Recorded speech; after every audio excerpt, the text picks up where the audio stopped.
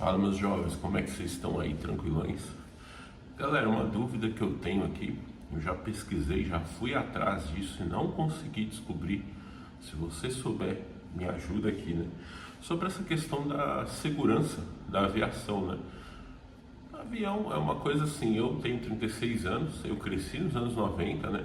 E eu vi pelo menos duas coisas que me marcaram muito naquela época. A primeira foi nossos queridos Mamonas Assassinas, né? Que aliás foi a banda assim que despertou meu interesse para música, para gostar de rock, gostar dessas coisas. Foi o Mamonas Assassinas. A Mamonas Assassinas foi uma banda que me fez querer ter uma banda. Essa que foi a verdade. Eu lembro ali na rua, a gente ali, o Pedro, o Elton, o Wesley, o Victor, a galera, um abraço pra esse pessoal aí, a molecada ali da rua.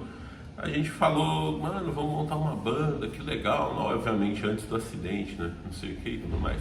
Aí teve aquele acidente lá dos Mamonas, que era um jato executivo, né? Não era um jato comercial, mas na época eu tinha 6, 7 anos. Eu não entendia nada de nada, como até hoje acho que eu não entendo de muita coisa, mas eu sou curioso, né? E aí depois desse acidente dos Mamonas foi traumático, foi muito marcante, né, para minha geração. Acho que todo mundo que era criança naquela época ali, o jornalismo fazendo toda aquela cobertura, aquelas coisas, foi muito chocante, né, pra gente. Aquilo ali foi bem triste. E a outra foi a questão do Fokker 100 também, né, que logo o Mamonas foi em 96, o Fokker 100 acho que foi em 98 ali. Então eu tinha 9 anos mais ou menos, acho, 8 para 9 anos quando os Mamonas, teve o acidente dos Mamonas. Depois, quando teve o da Fokker 100, eu tinha 2 anos a mais, né? Então 11 anos mais ou menos. E aí já foi uma aviação comercial, um jato e tal, né? De uma maneira ou de outra, ninguém pode negar, né? Principalmente quem é dessa época aí, que a gente era criança, adolescente, nasceu ali no final dos anos 80, cresceu nos anos 90. Mano, a gente já começou a vida ali com um medo de aviação, né? E hoje eu tenho 36 anos, eu nunca voei de avião, tá ligado? Aí você vai falar, você tem medo de voar de avião? Eu não sei se eu tenho medo, tá ligado? Eu simplesmente é aquele tipo de coisa que eu não tenho vontade, assim, eu não tenho medo, pânico de me imaginar voando, assim, sabe? É até difícil de explicar, né? Mas certas coisas na vida que a gente não tem vontade, é que nem morar fora. Pra mim, voar de avião e morar fora, pra mim tá mais ou menos no mesmo nível de coisa, né? Uma coisa que eu vejo muita gente acha legal, muita gente faz, muita gente deseja, mas pra mim eu nunca vi muita graça, assim, né? Tipo, no caso de morar fora, eu sempre falo aqui que eu sempre comento com vocês nessa questão de morar fora do Brasil e tal, nunca me animou por causa do clima. E da mesma forma, voar de avião, né? Eu não sei, na realidade eu até preciso refletir um pouco mais sobre isso. Eu imagino que deva ter alguma relação com o fato de eu ter crescido nos anos 90, né? E ainda muito criança ter visto aquelas coisas ali. Inclusive as imagens dos Mamonas eu fui ver recentemente, na época eu nem vi, tá ligado? Eu vi isso aí, eu já tava velho, né? E enfim, mas eu não sei até onde isso no meu, assim, no meu subconsciente, vamos falar assim, né? Não sei até onde isso ainda exerce influência sobre mim, de modo que eu falo, não sei, né? Racionalmente falando, eu tenho a impressão que eu não gosto de avião simplesmente porque é um negócio que eu não vou pilotar, sabe? E pra mim, qualquer deslocamento que eu vou fazer, viagem e tudo mais, faz parte do lazer, né? Lembrando que hoje eu trabalho 100% remoto, deslocar-se para mim é apenas a lazer. Então, se eu vou fazer uma viagem, por exemplo, essa viagem é um momento de lazer para mim. E a estrada que eu vou, a estrada que eu volto, faz parte daquele momento de lazer para mim, né? Por quê? Porque eu estou dirigindo, que é uma atividade que eu adoro fazer, né? Um dos meus prazeres na vida é dirigir, tá ligado? Eu gosto muito de carro, gosto muito dessas coisas, né? E se eu for de avião, para mim a mesma sensação que eu tenho é como fazer uma viagem de ônibus, ou enfim, ir de ônibus até o trabalho. É uma coisa assim que eu sinto falta daquilo, né? Mesmo quando eu trabalhava presencial, né? Nunca mais quero trabalhar presencial na minha vida, quero trabalhar só remoto. Mas, mesmo quando eu trabalhava presencial, eu gostava mais, o momento do meu dia que eu era mais feliz era na hora que eu estava dirigindo para ir até o trabalho, assim, pensando no dia de trabalho, né? Nossa, quantas vezes eu chegava no trabalho e pensava, putz, agora até dá 6 horas para eu pegar meu carro e ir embora, tá ligado? Tipo assim, era gostoso dirigir, né? Mesmo com todos os problemas de trânsito, essas coisas, eu com os anos, tendo o controle sobre o trajeto que eu ia fazer e tudo mais, eu fui desenvolvendo rotas, e mesmo em São Paulo aqui, eu saía da Avenida Paulista e ia até a minha casa na Zona Leste praticamente sem pegar trânsito, porque eu ia cortando ali caminhos alternativos, feitos manualmente, né? Sem contar aí com a ajuda de GPS, essas coisas. Então, o momento para o deslocamento, eu estar indo até um local é uma coisa que eu gosto, né? Tanto que todas as viagens que eu faço, eu sempre estudo bem a rota antes, vejo por onde eu vou passar. Eu tento evitar, né, principalmente deslocamentos que eu vou fazer com frequência, eu evito aquelas estradas, né, de mão dupla, assim, que parece avenida, né? Eu sempre prefiro estrada duplicada ali com várias faixas, um negócio no meio, né? Eu, por exemplo, para ir de São Paulo até o interior, eu posso ir por um caminho que eu não pago pedágio. Só que é um caminho que tem justamente uma avenida dessa aí, uma estrada dessa aí de mão dupla, né?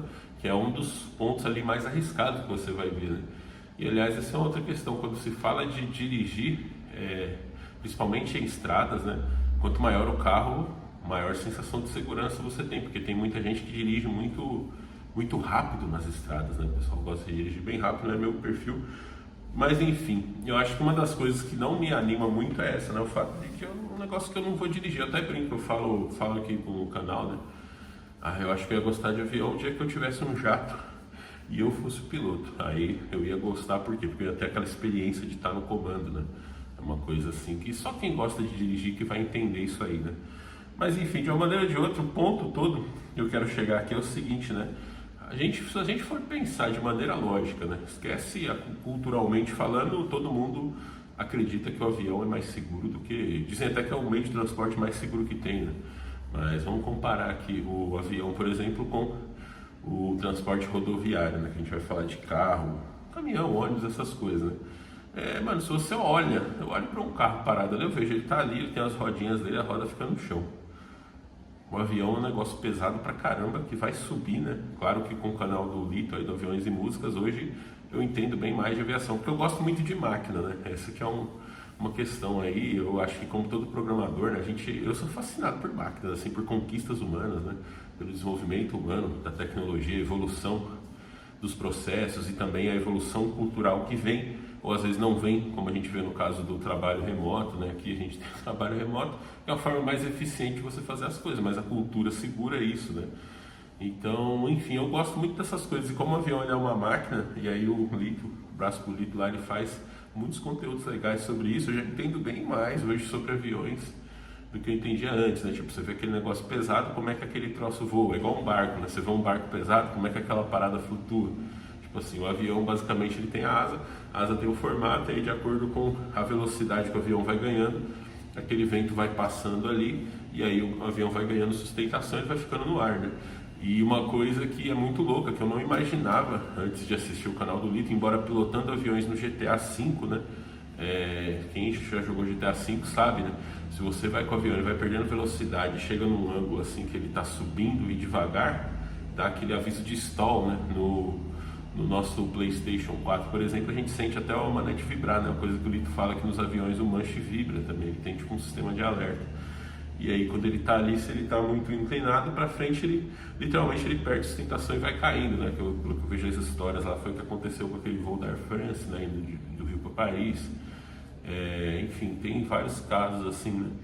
Mas uma coisa que isso é muito interessante você parar para pensar, né? Porque o carro, em teoria, quanto mais devagar você tá, mais seguro é, né? Porque, tipo assim, mano, imagina, se acontece um impacto a uma velocidade alta, 100 e poucos por hora, uma falha, se seja, vamos supor, que a roda do seu carro sai, o pneu estoura, você tá a 120, 130, 140, lembra do caso do Cristiano Araújo, né? Foi um problema de roda, a roda deu problema lá, e, enfim, e ele estava em alta velocidade, mas o carro, teoricamente, se você estiver andando, sei lá, 10 km por hora, a chance de ter um acidente assim muito grave era muito pequena, né? Vamos supor, cai a roda, o carro já está no chão, né? Uma vez eu estava dirigindo a minha Brasília, inclusive numa ladeira, e o pneu dela estourou e sabe, não aconteceu nada, porque eu estava tipo a 30 por hora. Então o pneu estourou e o carro continuou andando normal, né? Então você olhando para aquilo, né? Intuitivamente a gente pensa que é muito mais seguro, porque você está no chão, né? E tem aquela coisa, se acontece alguma coisa ali dá errada, você ainda tem algo a fazer, né? Nem que seja dependendo da velocidade, se você pular do carro, sei lá, claro, se for uma velocidade mais baixa, enfim. O ponto todo disso é, né? Olhando intuitivamente, seus instintos acham mais seguro isso do que voar. Mas aí você tem as estatísticas, né? Que é aqui que é o meu ponto de dúvida que eu tenho. Que todo mundo afirma que a aviação é mais segura. Se você que está assistindo, provavelmente você deve achar também. Mas isso é um fator cultural que não chegou até nós assim pela lógica, né? De nós como indivíduos olhando, analisando as situações, essas coisas, não. Outras pessoas com prestígio, né? Membros de instituição, com conhecimento nisso, dizem pra gente que isso é mais seguro, né? Até uma coisa que eu tenho a percepção aí, depois que comecei a assistir o canal do Lito lá, é que ele fala que os helicópteros e os aviões menores têm menos segurança do que a aviação comercial, né? Posso estar errado, mas pelo que eu entendi, a aviação comercial ela é mais segura, ela que é mais segura do que os outros meios de transporte. Essa aviação executiva, helicóptero, essas coisas, não necessariamente é, né? Isso vem de vários procedimentos, várias coisas. Mas o ponto da minha dúvida é, mano, como é que se compara a segurança do voo de avião comercial com a segurança de veículos, né? Tipo assim, você tem um negócio aqui que é o voo comercial, que é uma coisa centralizada, né? Ou seja, você realmente tem uma estatística do número de voos que acontece, quantas pessoas embarcaram em cada um e quantos deram errado. Você tem pelo menos essas três coisas, tem registrado aí que a aviação ela tem um controle central, a comercial, pelo menos ela é bem organizada, né? Agora, como você compara isso, né? Vamos chutar aqui, eu não sei, eu já pesquisei, eu não achei qual que é a fórmula que os caras fazem, né, para calcular e chegar nessa conclusão. Mas vamos dizer assim, que tem tantas pessoas sendo transportadas por tantos quilômetros, enfim, tantas viagens, e tem um número ali de viagens que dão errado, um número de pessoas que se acidentam, feridos, enfim. E aí você tem um valor ali, chega num valor, sei lá, 000 alguma coisa. Tudo bem, beleza, na aviação eu consigo entender e consigo perceber que é possível fazer isso. Agora, como é que você compara isso com, por exemplo, meio de transporte rodoviário? Como é que você vai saber a estatística? Tipo assim, toda vez que eu saio com o meu carro e vou em algum lugar e volto e não aconteceu nada, quem que conta isso, né? Como é que você vai saber esse número? Tipo assim, no rodoviário você sabe quantos acidentes aconteceram às vezes, né? Quantas vítimas aconteceram. Se bem que até acidentes também, se você for ver, mano, eu não sei se há registro toda vez que um cara bate o carro no para-choque do outro no trânsito ali, os dois se acertam e paga a pintura do para-choque. Será que existe um registro desse tipo de coisa? Eu tenho a impressão de que não, né? Então, isso ainda é um ponto assim que é um evento que deu errado, né? É um evento que deu errado e não vai nas estatísticas, por exemplo, né? Mas o problema todo é esse, mano. Como é que você sabe quantas viagens deram certo de carro? De ônibus você pode ter o controle, talvez, né? Você tem ali, mesmo ônibus urbano de viagens, tem quantas pessoas embarcaram, isso aí você tem, né? Você tem um controle desse aí, você tem quantas viagens deram errado também. Mas no transporte individual, né, que ele é um número consideravelmente grande, né? Se você for considerar a cidade de São Paulo mesmo, só deslocamento de ida e de volta são 2 deslocamentos por dia, e você tem milhões de pessoas que fazem isso de carro, né? Tem as motos também, né? A moto eu acho que ela até ajuda a levar essa estatística para pior, né? Porque enfim, eu não sei. Realmente eu não sei como é que você chega nisso, né? Você tem um percentual de problemas ali, de viagens que deram errado quando você voa de avião comercial, você consegue calcular isso tranquilamente, mas eu não consigo entender como você calcula o percentual de viagens que deram errado se você não sabe o total no lado do carro, né? Quantas viagens de carro foram feitas onde não houve problema? Quantas pessoas estavam no carro, né? Tipo assim, eu posso sair para fazer uma viagem com sucesso. São, graças a Deus, aí 18 anos dirigindo com sucesso, sem nenhum problema. Tem viagem que eu estou em uma pessoa, tem viagem que eu estou em 2, tem viagem que estamos em 5. Eu nunca dirigi um carro com mais de 5 ocupantes, né? Mas como é que você pode afirmar, né? Como é que você pode comparar duas coisas quando uma você conhece o total de viagens, conhece o total de pessoas carregadas, conhece o tanto que deu errado, e no outro você não sabe? Tudo bem, deve ser alguma coisa estatística, né?